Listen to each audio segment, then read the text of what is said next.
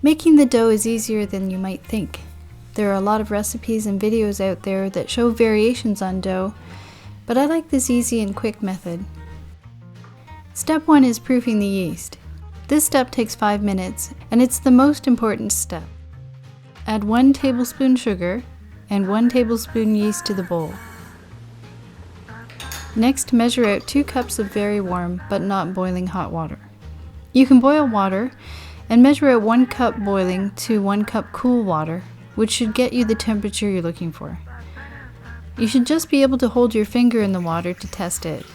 If it's too hot, you'll kill the yeast, and if it's too cold, you won't see the yeast react. Hot bath water is what you're looking for. Set your timer for 5 minutes and check that the yeast has risen to the surface and foamed up before adding the flour. Next, mix in 4 cups of flour gradually. Make sure each cup is well blended before you add the next cup. If you don't, you'll end up with dry chunks in your dough.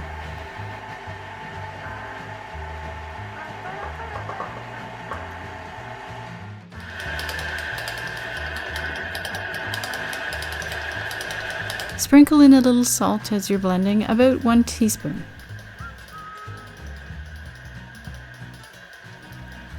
Keep adding a little flour at a time at the end to just have the dough come together into a ball.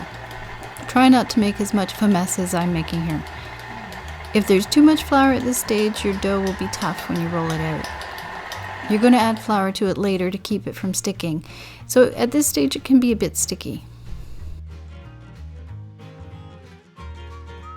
Sprinkle a little flour on top of the dough and work it under to create the ball.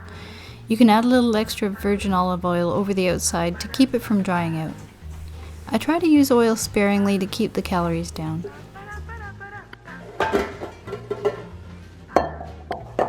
Leave the dough in the bowl for 30 to 60 minutes to give it a chance to rise.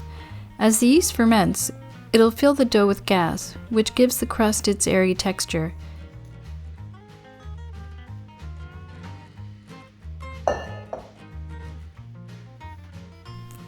Cut the dough into smaller balls. Tonight the 3 of us are making pizza. James, my daughter, and myself.